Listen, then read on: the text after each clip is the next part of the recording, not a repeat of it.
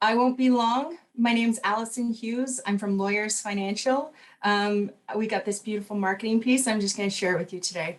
Lawyers Financial, those two words describe who we're here for and what we do. We're here for lawyers like you who look to the experts to build wealth and protect what matters most. We help lawyers build wealth by offering free, yes, free financial planning to every member of Canada's legal community. And we empower you to reach your financial goals by giving you access to a full range of investment solutions, including Canada's first and only defined benefit pension plan for law firms. We help you protect what matters most by sponsoring high quality and, as Nathan indicated, affordable insurance covering everything from your vacation to your car, your home, your office, your health, your income, and your ability to leave a legacy. And we do this all at break-even prices. It's not that money isn't important to us, financial, it's right there in the name, but because we're not for profit, our priority isn't quarterly projections. Our priority is you, your firm, and your family. Thank you so much. Thank you very much. So the next session is on sustainable approaches to EDI strategies. I'm going to be turning it over to Mrs. Mojdeh Cox, who's the Executive Director of the Pillar Nonprofit Network, to talk about different ways that and different strategies on an ongoing basis can help our associations. Is that my cue? Thank you so much. That's your cue. Good afternoon, everyone. I am joined by two amazing colleagues as well, but I'll get to introducing them from the Pillar Nonprofit Network momentarily. Mr. Leroy Hibbert and Dr. Mohammed Baobaid will be joining me momentarily. Thanks so much for the warm welcome and introduction. It sounds like you folks have been hard at work digging into deep, complex discussions and content. Thank you for having me. I am going to share my screen so that I can walk you through a presentation that will give you a great overview of our network and the presentation that you're about to hear from myself and the two colleagues that joined me. So once again, I'll be joined by Mr. Leroy Hibbert from LUSO Community Services and Dr. Mohammed Baobaid from the Muslim Resource Center in London, Ontario, Muslim Resource Center for Social Support and Integration. What you can expect from this presentation is a brief introduction to what the Pillar Nonprofit Network is, and of course, who our two amazing network partners are, and how we do our networking. What is our approach? I think that's really important in how we root ourselves in the work of equity, diversity, and inclusion. You'll also get a bit of a snapshot of current EDI trends, and for lack of better terminology, I don't want to glorify equity, diversity, and inclusion. What I do want to speak to is the importance of knowing where the shift is in doing this work from our lens in the not-for-profit sector. And of course, we'll dig into the key components of sustainable EDI strategy. And one of the key components that I feel is really important is around accountability, and I'll introduce hopefully a not so new term to you, or concept of radical accountability, and dig into why that is really important. And that's when the real fun begins, because we'll then transition into sort of a panel. We I think initially discussed that it would be an unpanel because it's more of a conversation with the experts from our network that we're bringing into the fold, and then it will be your turn for Q&As. And if I don't hear any objections, I will move forward with our presentation. So I appreciate that you'd entertain this idea with us today. You know, the Pillar Nonprofit Network is truly one that is rooted in community through collaboration. We really believe that innovation and creativity mixed in with collaboration is a way that we can build vibrant communities of belonging. Foundationally, we were brought into the London community through the belief that we need to bring the three true pillars in our communities together to drive change, and good change and sustainable change. And by that, the three pillars, we mean government, business, and nonprofits and charitable organizations. So how do we bring our efforts together? So today, this was nearly 20 years ago, where this idea started, likely around a kitchen table somewhere. And today we're looking at a network that is well over 615 members strong. And these members consist of anywhere from businesses to social enterprises, entrepreneurs, nonprofit bodies, social financiers, as well as innovators. Really who we are bringing along with us are the folks doing the incredible work through a network approach to drive good impact. So really you'd have to have that idea of social responsibility delved into your work and woven through your work to be a part of our network. That is the only condition and rule. Otherwise, all else is fair game. That's the world of innovation. Now, on to the amazing folks that we have in our member ranks. The Muslim Resource Center for Social Support and Integration is one of those really key and foundational rooted members in our network. And their driving force is keeping families safe and strong. What they do, they were founded, and we are actually going to have the privilege of speaking with both the founder and the current executive director of the Muslim Resource Center. They're a nonprofit organization helping families and individuals overcome really complex issues. And they're doing it by centering well-being and safety. Their vision is safe, strong, and healthy individuals and families through caring communities. Our other amazing Pillar Nonprofit Network member that's joining us today represents an organization called LUSO Community Services. And their mission is to root themselves, it's a multicultural neighborhood resource center dedicated and promoting inclusivity, again, well-being and prosperity in the London community. So you can see some of the, the themes that weave us together: human-centered, inclusivity, really trying to make our communities thrive through our own capabilities and capacities. And LUSO has some truly amazing service offerings, from children and youth and family programming, education and outreach, and our expert in that joins us today, Mr. Leroy Hibbert, so you'll have the privilege in conversing with him. And as well, newcomer and immigrant services are also embedded in their programs. How we bring people like LUSO and the Muslim Resource Center together is through collaboration, leadership and governance, training, support, and professional development. We help elevate folks through giving them new strategies, tactics, and knowledge around equity, diversity, and inclusion.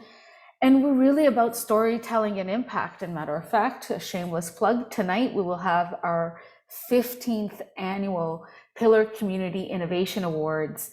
And this is an initiative that has gone on for 15 years. We've told over 180 stories of good, positive impact. And there is a people choice element of this where we highlight really innovative programs and projects and people doing good. Where we are in our history, as I said, we're nearly 20 years strong. 2021, April, we launched a strategic plan that is really charting a bold path in the sector, particularly in our region. As you know, we are rooted in London, Ontario, and London, Ontario is where we had the devastating incident, but not so shocking based on the trajectory that London has been over the years, Without the good work of some of the folks that I'm speaking with and bringing along on this journey with all of us today, we would perhaps be in a different position. But the Afzal family, who was a victim of a terrorist attack, brutal killing of family members, leaving only an 8-year-old child survivor, is why we do the work that we do. And we wouldn't have known that this was something that the City of London would be challenged with in April when we launched the strategic plan, nor the year prior when we were mapping this work out. But it certainly is timely, and it is bringing all of those pillars of our society along with us. So we're looking at sparsing out our strategy simultaneously over the next 3 years in addressing equity, change, and recovery, all in action, because we realize that time's up for sitting idle. That's not something that our sector and our network is used to anyway, but we really wanted to open our strategic initiatives to more and more people in our community. So you can learn more about that on our website, and hopefully you do so. And as you know, as a resource, this slide deck is available to you to dive a little bit deeper into our strategic plan. I'd like to highlight 2 specific programs that Pillar Nonprofit survives by. They're program/social enterprises. One that we're really proud of is this innovation hub, innovation center that I am dialing in from today. And so here's a little snippet of what that is all about.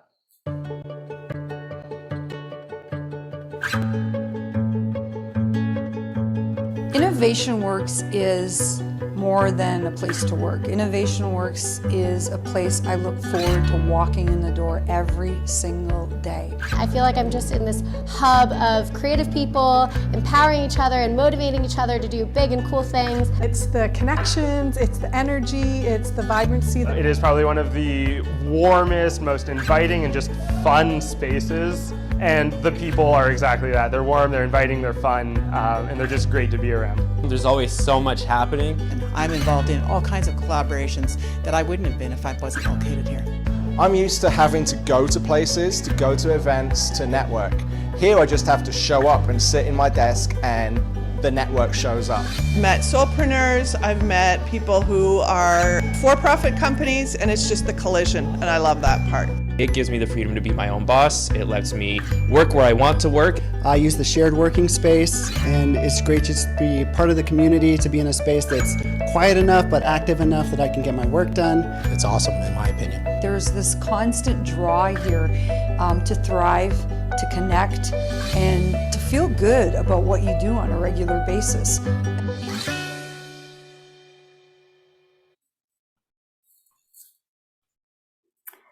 Thank you for entertaining that. So, Innovation Works is a co-working space. It is an innovation space. We hold events here. We also have meeting spaces for the public.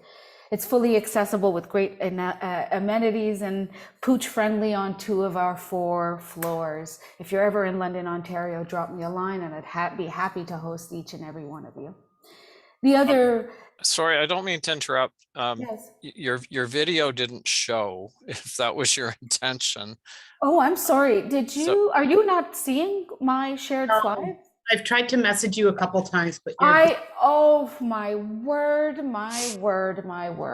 I do apologize. I have a split screen going on. Are you able to see slides now? No, it's your talking points. My word. I'm so sorry. These are not what you're supposed to be seeing at the moment. I apologize. Thank goodness you have your I'll just move the slides over to the appropriate screen. Am I aging myself with this technological glitch? I appreciate your patience here. Sorry for the confusion. I hope you're seeing me fiddle around with a PowerPoint slide here. I won't put you through the videos. I would only encourage you to kindly have a look at the slides when you have an opportunity to, based on the tools shared with you. Sorry for that. Good thing you haven't missed the meat and potatoes of this presentation.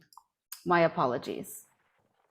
Sorry for the confusion. Let's move right along. Thank you. And may I, okay, so Mr. Baobaid is on. Thank you so much. All right, let's move right along here. You can see my chats that I've missed. Sorry for that. I still haven't gotten into a stride of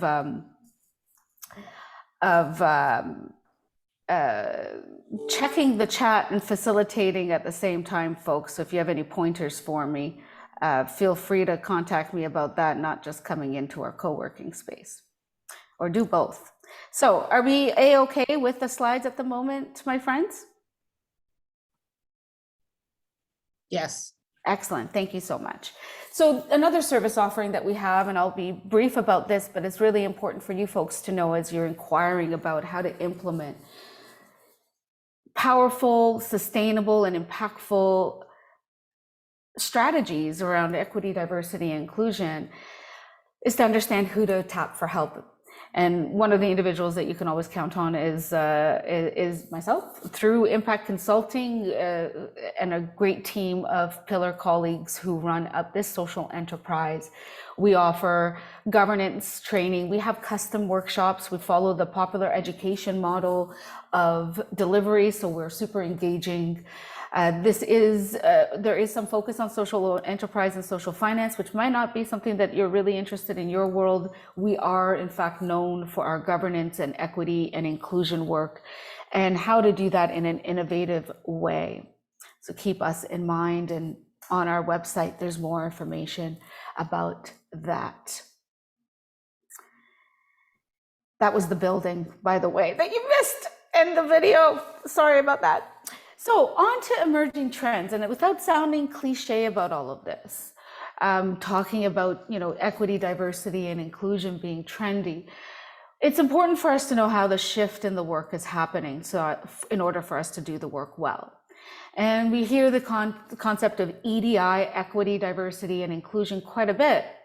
I'll throw a little twist in the game and include justice in there as well, because we're at a point where we're not only looking for remedying the pressure points or the painful points of oppression, we want to bring those historically marginalized folks, and the we that I'm talking about, folks who are deep into this work, are committed to bringing justice to those voices and those experiences.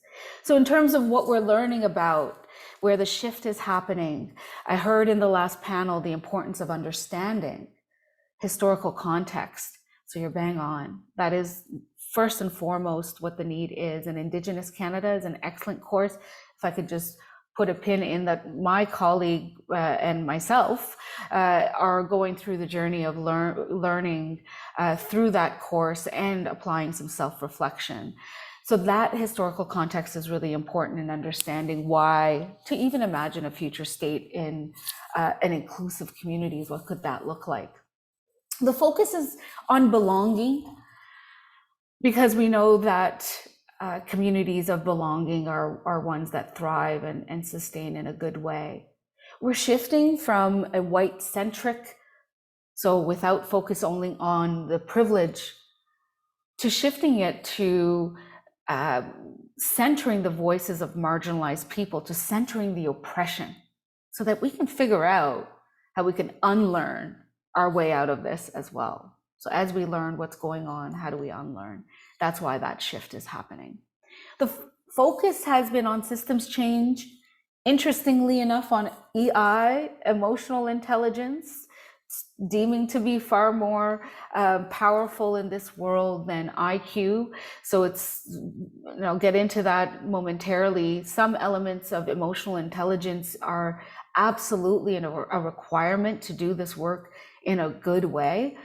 And again, we're really looking at root causes.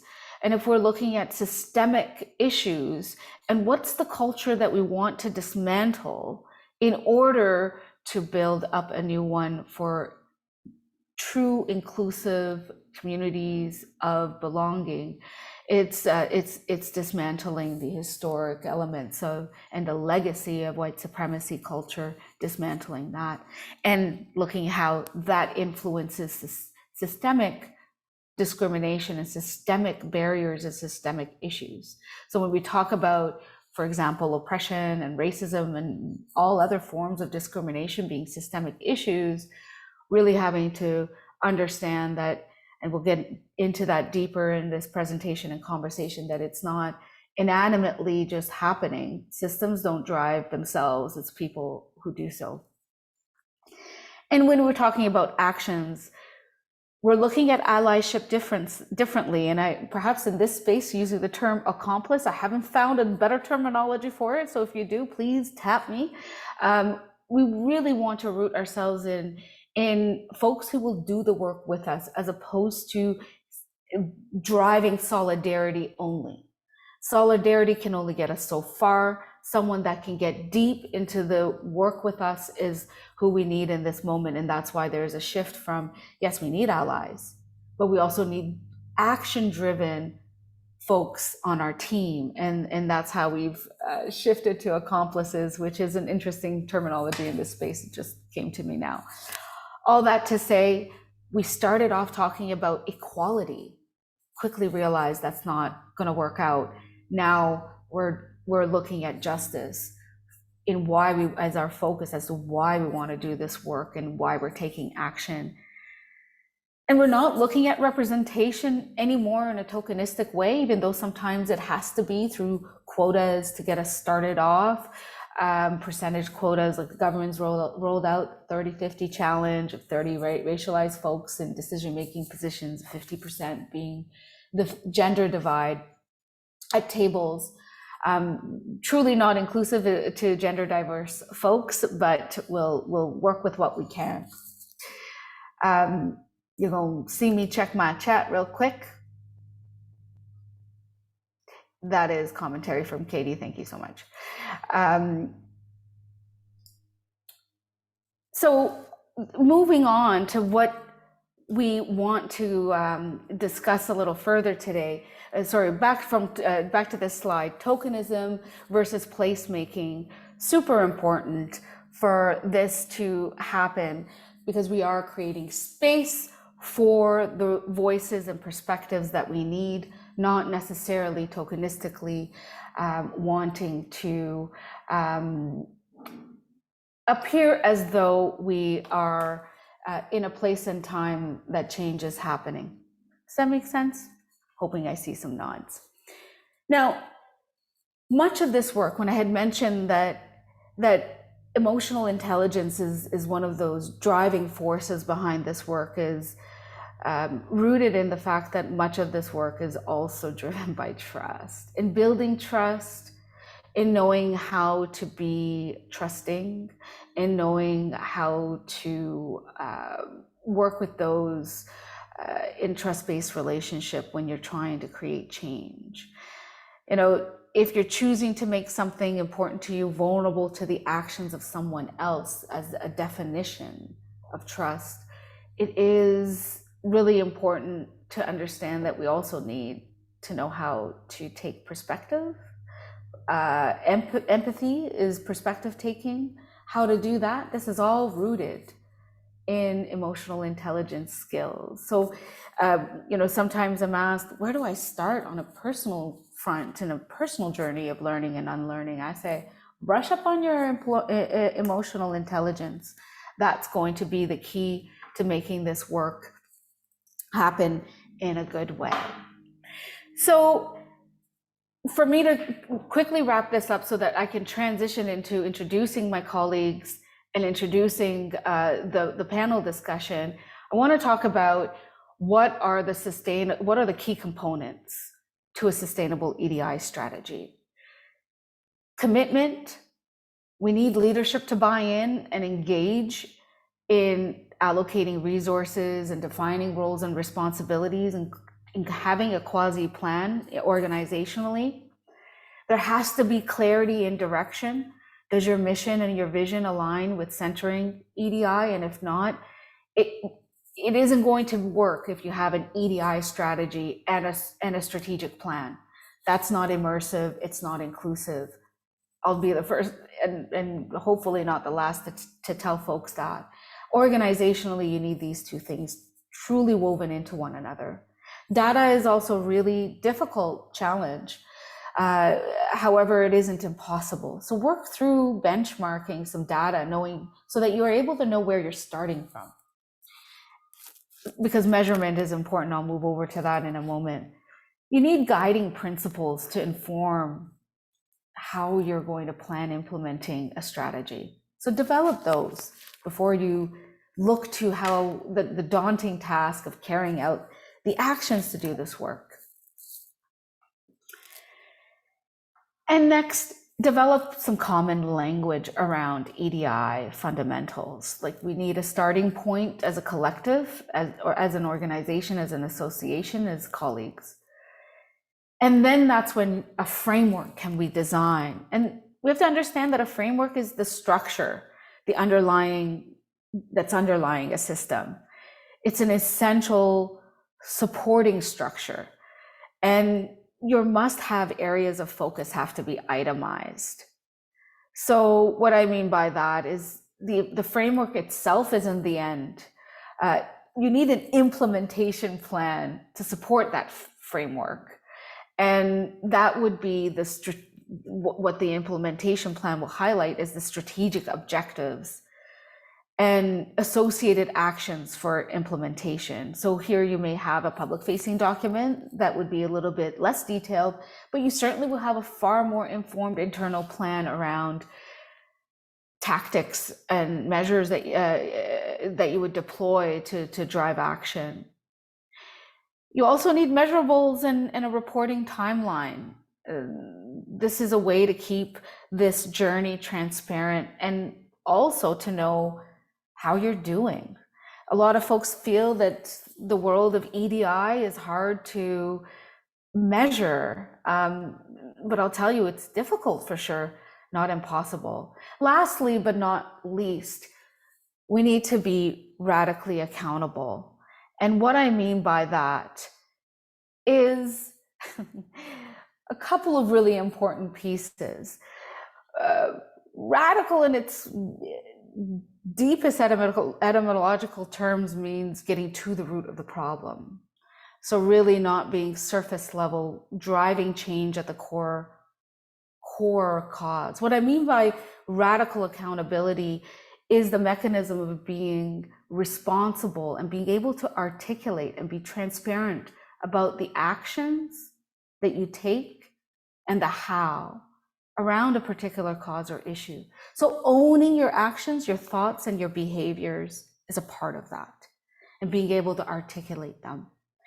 And so when oftentimes in this world of EDI, and other advocacy tables, I see personally radical accountability being an pointing outward practice. The difference between what we think traditional accountability is versus radical accountability is the true element that you're looking inward. There's a reflective piece involved. And so there is an anatomy to radical accountability, and that anatomy requires us to be fiercely honest, set good intention. This is the self-reflection piece as well, learning about yourself, why you respond to certain things in the way that you do, starting with yourself and your actions and what you're able to do in your capabilities of your role, personally, professionally, and otherwise. And then the last piece of it that really makes the accountability piece radical, getting to the root cause, is action through changed behavior. So we're not closing just yet. I'm going to be, leaving. I'm going to stop sharing my screen so that I can get to introducing my amazing colleague and transitioning into our discussion. And of course, there'll be room for questions later. And that roadmap for how to build this sustainable strategy please reference it as you need to, when you need to, in the context of doing this work on your own. So without further ado, and since you were already looking at my speaking notes, I am excited to introduce to you Mr. Leroy Hibbert. I'll briefly give an overview of his a tremendous bio. I've known Leroy for well over 20 years. Leroy is married to a wonderful woman who I've met named Helen, and they have 2 grandchildren. He is employed at LUSO Community Services as the Multicultural Program Coordinator, and his responsibilities include providing customized workshops, presentations, and training sessions on race relations, cultural conflicts, and competency for youth educators, parents, professionals, and community groups. So he has touch points, you could possibly say, everywhere in the community. In addition to these activities, Mr. Hibbert is a member of the Thames Valley District School Board, Equity and Inclusivity Advisory Committee, the London District Catholic School Board, Belonging Committee, the Huron-Perth Catholic School Boards, Equity, Inclusion and Anti-Racism Committee, the London Black History Coordinating Committee, and the London Black History Opening Celebration Subcommittee, as well as Coaching Boys into Men Committee. So thank you for all of the work that you do, Mr. Hibbert. I can't wait to hear your voice in this discussion ahead for these amazing, committed folks. On to Dr. Mohammed Baobaid, again, a tremendous force in our community. Dr. Baobaid earned his doctorate degree from the Institute of Psychology at the University of Erlangen, Nuremberg. Correct my pronunciation, Mr.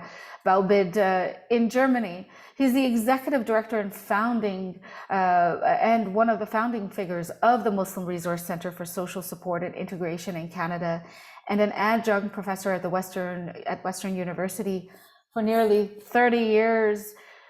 Mr. Baobaid has conducted research on families, children, and youth at risk of violence and developing culturally appropriate responses in Yemen and Canada. Based on the outcome of his research, a culturally integrative model of family violence responses has been developed and implemented.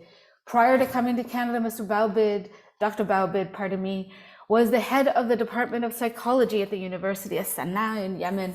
Thank you very much, Dr. Baobaid, for your continued commitment in the community.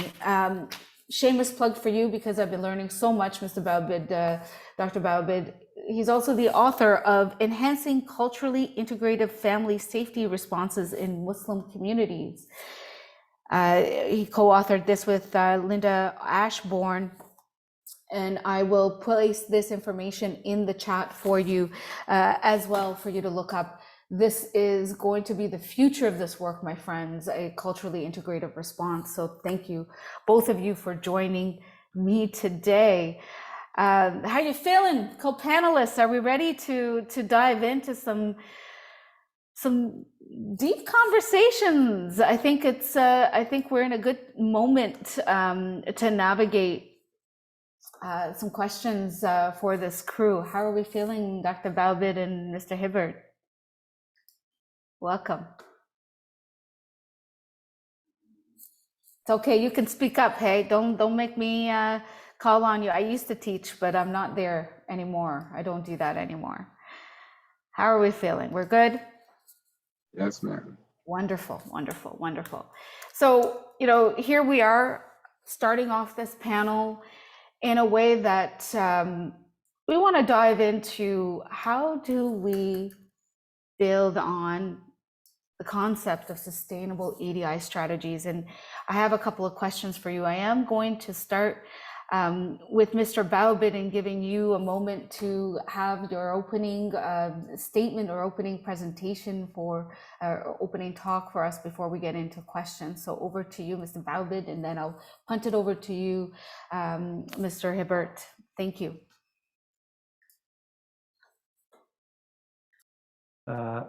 Thank you very much for having me to be part of this very important event, and also to be part of the panelists. So thank you for the introduction. I know 5 minutes would not be enough to talk about something that is very complicated, but also it has been done through a very long period of time. I'm going to share with you just briefly about my journey in developing the culturally integrative family safety response. So just to give you a context first, this is really specifically established in London to respond to family violence within collectivist context. And I will talk a little bit about what do I mean by collectivist cultural context. And it's really mainly would be very useful to address and respond to family violence within immigrant and newcomer communities coming from a different cultural background. We started this long time ago because we found out there is a gap in terms of addressing and responding to family violence within, I started with Muslim communities.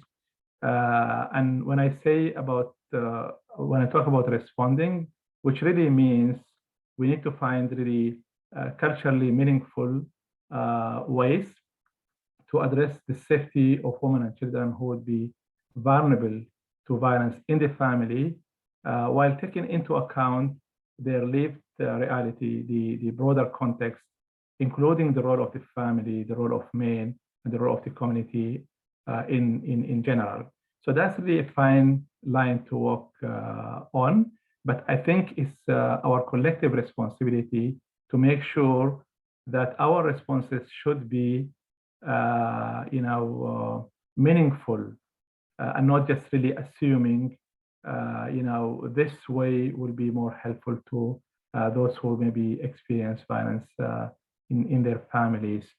And I think this is why, for example, the cultural integrative family safety response focusing on three major, areas or maybe pillars, I would say, to be integrated within the risk assessment of family violence, as well as really the intervention plan. And those three pillars are, number one, the migration experiences of families, including the pre-migration as well as post-migration stressors.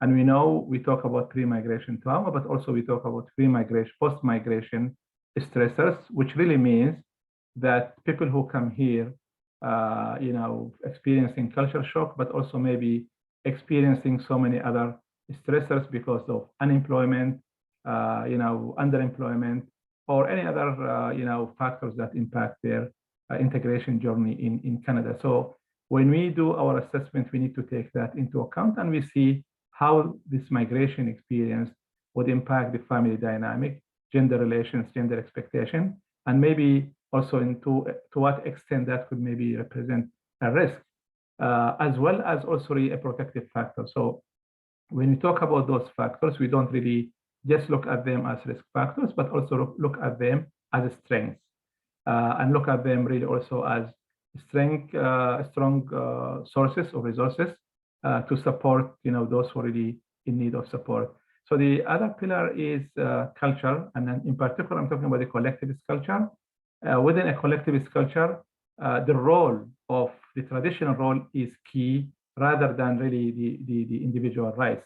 It's not really to undermine or to minimize the importance of individual rights, but it's important for us to understand how people make sense of the expectations within the family and also outside the family. So to understand, that the collectivist cultural background of a family will sometimes, determine, how, for example, men and women, or maybe even within, family relations, what kind of expectation of, from one another, whether, for example, parent-child, or maybe a spousal kind of relationship.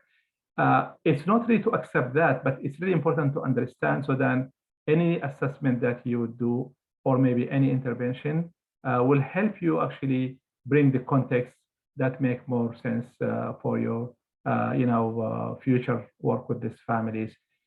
So the third element or pillar here is the role of religion. Most of the time when you talk about domestic violence, we want to stay away from religion. What I'm really referring here when I talk about religion, I talk about a moral reference. People really have cultural norms or religious norms to determine what is acceptable and what's not acceptable. So people are really, of course, differing from those who maybe are really very traditional, very maybe rigid in relying to their rigid interpretation of their religious teachings. And that could maybe also lead to a risk of violence, or maybe those who maybe have some kind of traditional interpretation of religion, but at the same time, they would not use religion to justify violence within their family. So religion is key to understand risk factors, but also we can also look at religion and spirituality as a source of strength. And that's really what we do also within the cultural integrative family safety response. So those are really the three major pillars of the cultural integrative family safety response. The guiding principles of this model is collaboration, flexibility, trust, as well as adaptability, which really means it fits within the diversity, equity, and inclusive context that really try to understand the things that we need to consider when we work with different diverse cultural background. So meaning, before we assume or rush into conclusion, we need to make sure and to understand how can we be, inclusive. If you think, for example, sometimes the community is a problem, or the religion is a problem, or the family is a problem, so then you miss the opportunities of engaging, the community, engaging the family, engaging also, the faith, for example, of these families. So those are the kind of things that really, especially when we talk about, in particular, domestic violence, it's important for us to, try to ask ourselves a question: what is missing in our assessment, and also in our intervention? The other thing also, when we talk about diversity, inclusive, equity, and inclusion, in particular within the cultural integrated framework, I think it's important for us to ask ourselves, to what extent we value the role of the community. I give you an example. For example, if we sometimes believe that Islam endorses violence against women, it's most likely the conclusion will be staying away from any faith-based organization or any faith community. But I think if we challenge ourselves and we say, okay, you know what, wait a minute, if this is something important to this woman or to this man or this family, we also need to find ways to use this to support the clans that we are working with.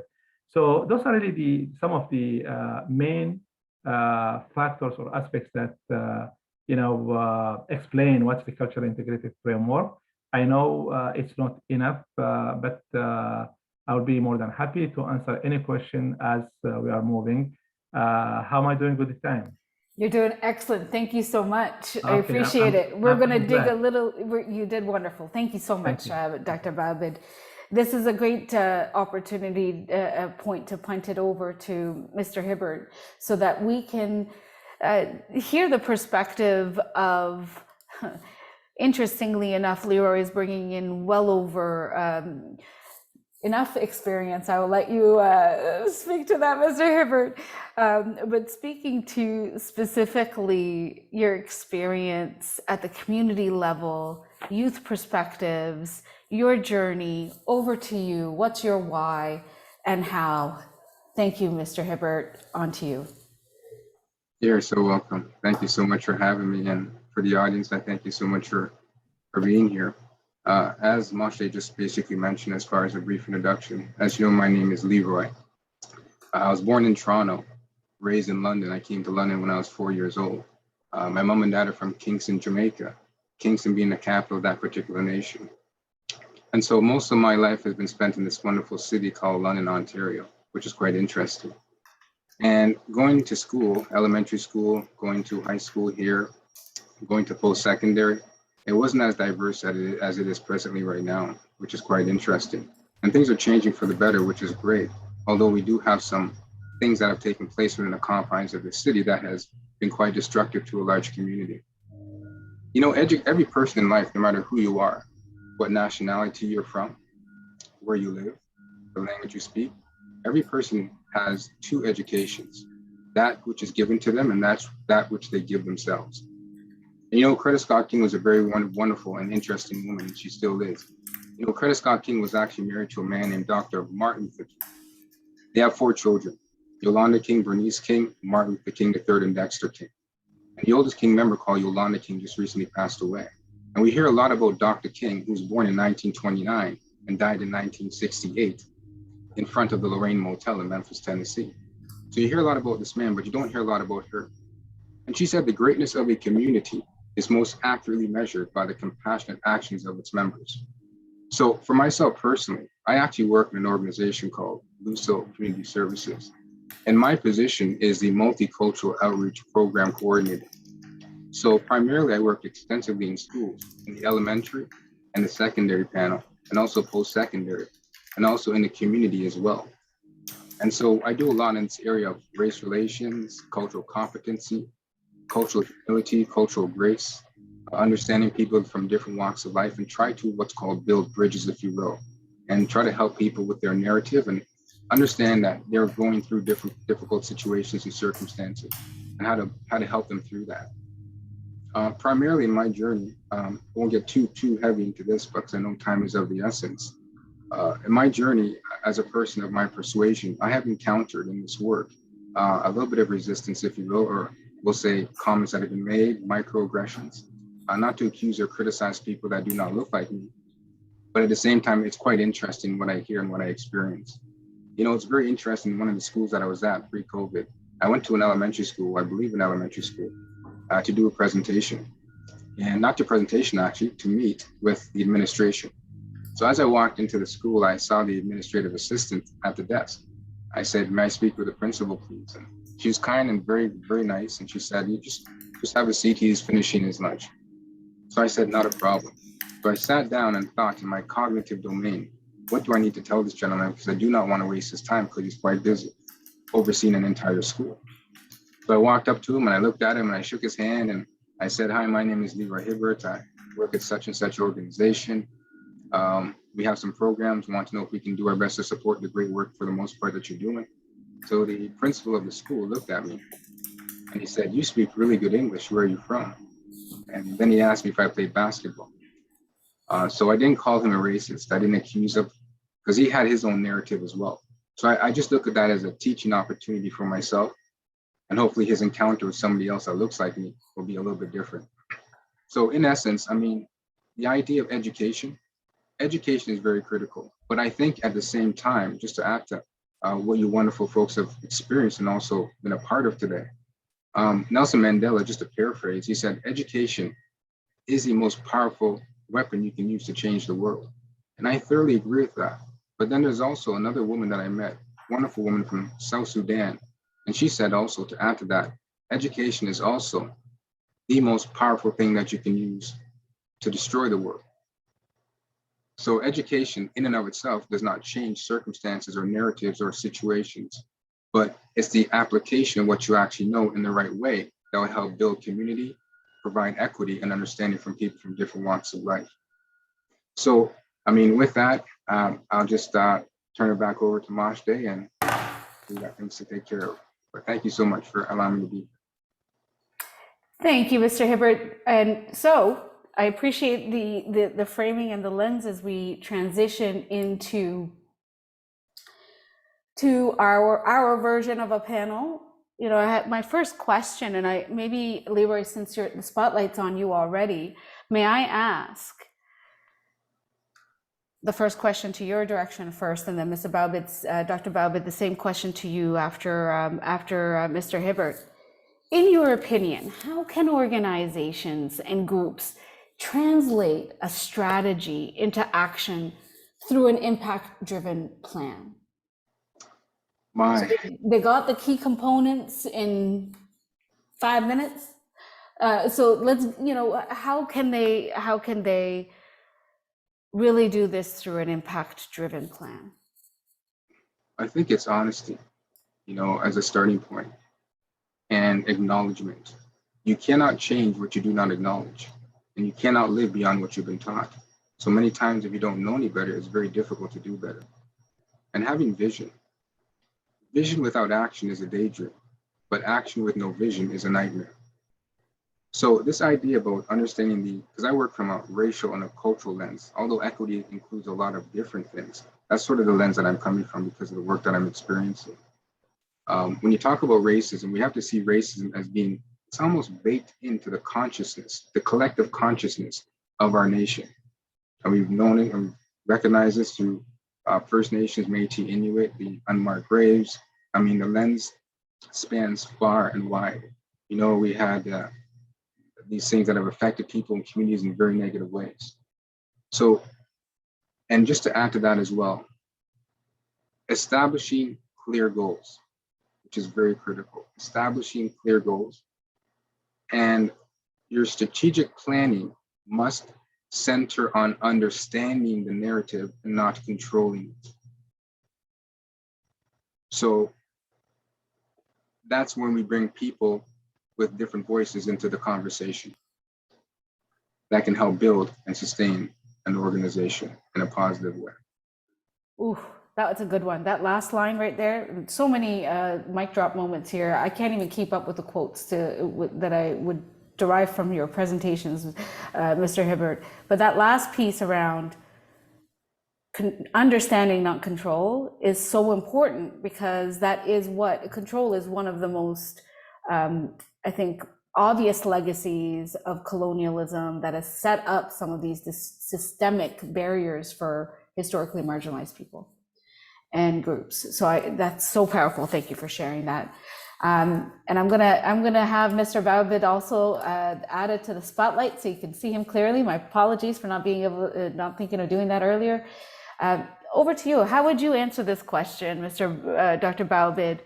In your opinion, how can organizations and groups translate a strategy into action through an impact-driven plan? I guess Leroy really pointed out key, elements of this, and I really agree with what he said. Just maybe in addition to that, I think first of all, education, I agree, is key. And education also, in a sense that you need, like you believe in the necessity of being inclusive and supporting those really who don't have enough voices, and through equity. So I think if you don't really put value in the contribution of this group, so then no matter what you do will be more superficial. I think that's number one. The second point here, just from my humble experience, I think I agree with Leroy. I actually we are human beings, and we react and respond to different situations the way we think it's really appropriate. And I think we need to look in everything from this perspective with good intention. Nobody is really racist by nature, or maybe exclusive. But I think the acknowledgement, the recognition of those signs really would help us move forward, and especially if we are in a position of authority. I mean, we need also to look into sharing part of our responsibility, authority, and power. And that's also something really that's missing. Most of the time in the work that I have been doing, people who are really working with people directly, they are overwhelmed with policies, boundaries, liability. They don't have enough room to be flexible in addressing and responding to the diverse and the complexity of the situation that they are dealing with. But I think from the people from the up, if there is really support, so then maybe they can be more flexible and willing to share some of the authorities, or maybe some of the power they have. Because if we always think, okay, we give them, we provide them with this kind of support, so then we are not going to change anything. But if we say, okay, you know what, we need them to be part of the solution, we need to share with them some of the power that we have, I think that will be very helpful. And also including sharing, like, for example, I give you an example. we're a small organization. Even with organizations, for example, you do a lot of work, but most of the time for really we don't have enough resources. So, and part of what we really also to acknowledge, to share some of the resources, and to support individuals or organizations to be part of the solution. Thank you. So what I'm hearing is that everyone has a role to play, and a part of that role, if you hold some power and privilege, part of this bringing people to equity, inclusion, and belonging means relinquishing some of that power. Still understanding that it's not like, I don't know if folks have seen these memes, like equity isn't pie. Like if you redistribute it, the piece isn't gone forever. It's about redistributing. So that power is still there. It's just redistributed who's deploying it. Thank you for that. Collectively, and I don't mean to be aging anyone, outing anyone over here, including myself, collectively between the two of you, Mr. Hibbert and Dr. Baobaid, you have 4 decades of experience. So in this context, Mr. Hibbert, I'm going over to you first. If you can share with us one lesson around what has worked over the years in you doing this work and executing this type of programming and coordinating this hard work in the community. What is one lesson that you've learned, in terms of what has worked? And if you could share with us what is one lesson of what hasn't worked, so that people are not repeating those, learning from us, maybe not falling into the same patterns.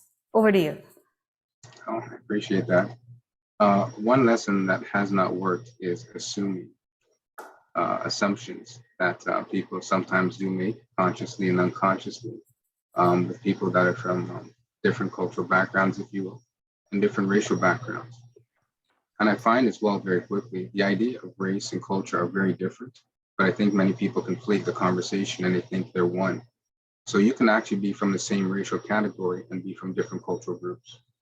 And I think that's also understanding the fact that people that are from the same racial background are just as different than any other group that's in the world today. And the idea of believing the story. In my interactions with people, one of the greatest things that they want people to do is just believe what they're telling us. If they've experienced racism, because I think with racism and discrimination, many times people look at the extremes. And so they say, if those things don't happen to that degree here, we're doing very well. And not to criticize any organization or group, or even yourself, as wonderful people that are in this audience here. It's just an opportunity to see something from a different type of perspective. And this idea of very quickly being colorblind, I've learned that does not exist. Exactly. I think what happens is that can perpetuate misunderstandings. And I can understand when people say that what they're trying to say, but many times it lands very differently from racialized communities. So I'm a Black man. That's someone I identify myself. My color shapes the way I move through this world. And I think if we understand that, it's not just something that I put on and take off. It's something that I have to live with throughout the course of my life. And I'm very conscious of the fact that there is this idea of, not fitting in. You go into these spaces and you're automatically different and you just sense it, So this idea, it's like going to a restaurant. You can't go to a restaurant and say to the waiter or waitress, I'd like a glass of water, but I do not want the wet. Does not make any sense because wet is a characteristic of the water. You get water, you're going to get wet. You get Leroy, you're going to get black. You can't say, could you please come to full of plenary, but please leave your blackness at home. I cannot do that. It just comes with me. Mind you, it's not all of me, but it's a very significant part of me. And so when you want reconciliation, it's very hard to have reconciliation if you first don't have recognition. You have to recognize people that you want to reconcile with. And that's a really important starting point in moving forward. Thank you. It's so, this idea of even building out a plan through a lens that is saying, hey, we've come a long, long way. Yes, we have to acknowledge victories for sure. Have we come far enough? No, let's not get deterred here. And as well, this isn't a post-racial era in any way. The color blindness is not a thing. along with a lot of other things like reverse racism, and all of these are not things that we are engaging with in 2021. Time's up for that narrative to exist anymore. Mr. Baobaid, one lesson of good and one let's try to help these folks avoid certain experiences from our journeys. What do you have to share about your incredible journey so far? I think within over 20 years now, and in particular, my focus has been diversity and family violence responses. So one thing that I would like to share here, there will be always people, maybe a few people, who will be from the beginning, believe in what you are doing, and that really would make a big difference in terms of consistency, patience, and long-term solution, so that you are part of a group that really believe in making real change in the community, including, for example, attitudes and belief system. So that is really one good thing. And I can see that throughout the journey until we established the Muslim Resource Center. So again, in terms of really the challenge, as Leroy said, assumption. One example that I would like to bring here. So I am, a man, a Muslim man, Arab man. It's sometimes for people who have been with me, not those who are supporting me, it's difficult for them to maybe see someone like me actually doing some work against women abuse and domestic violence in particular. And some of the conversations sometimes, they would tell me, oh, it's great, but you are different, or sometimes if you do something, for example, that has some kind of impact, so then, the focus will be on you as someone special, which is really not true. And like a Muslim man really advocating on behalf of victims of domestic violence. So similar to what Leroy said, I think that is something that's still ongoing. And I think really people needs to understand, by the end of the day, we are all human beings. We have all stories and narratives. And you can change the community only if we can work together. So the other thing that maybe I still think we need to do some more work on, looking for superficial short-term solutions. Every time, for example, I talk about the issue of domestic violence in Muslim communities, the interest is really about, okay, tell me how to work, how to talk with men, how to talk with women, what to say and what not to say. It's important, of course, but that's really would not solve the issue. So let's work together and address really the underlying issue, so that we can prevent, violence against women or domestic violence in our community in general, or maybe in other communities. And that's really a collective responsibility. It's not the responsibility of one group only. So those are really just the main things that I would remember now to talk about. Thank you. Thank you for sharing this journey. We're a little over time. I know these folks have sat through an intense day. Mr. Chair, I'm ready to punt things over with a wrap up in our presentation. Once again, Dr. Baubid and Mr. Hibbert, I'm grateful for you to join us. Fola, thank you so much for inviting members of the Pillar Nonprofit Network to your fold to go over this issue. If there's one thing you can walk away with, is that this work is going to be hard. It is so necessary. We're well over time in terms of the timing of actioning sustainable strategies. You have the formula through the slides that you can refer to. If you can walk away with one thing, at the root of this, what I've heard repetitively is this idea of accountability being so necessarily central to the work, committing not only by association, but ourselves in the work. Radical accountability is about internal. If we all do our part, we really don't need to be holding others accountable. We're not going to wait for governments to make change. We're not going to wait for any of, we are able to drive. We are, in fact, able to drive the change that we wish to see through our own reflection and our own dismantling our own implicit bias and other things. I think one of the things that we as a society have done for too long is had this outward reflection. We have to understand that radical accountability is necessary in this moment, and we must move collectively with it while we internally focus on our own behaviors first and foremost.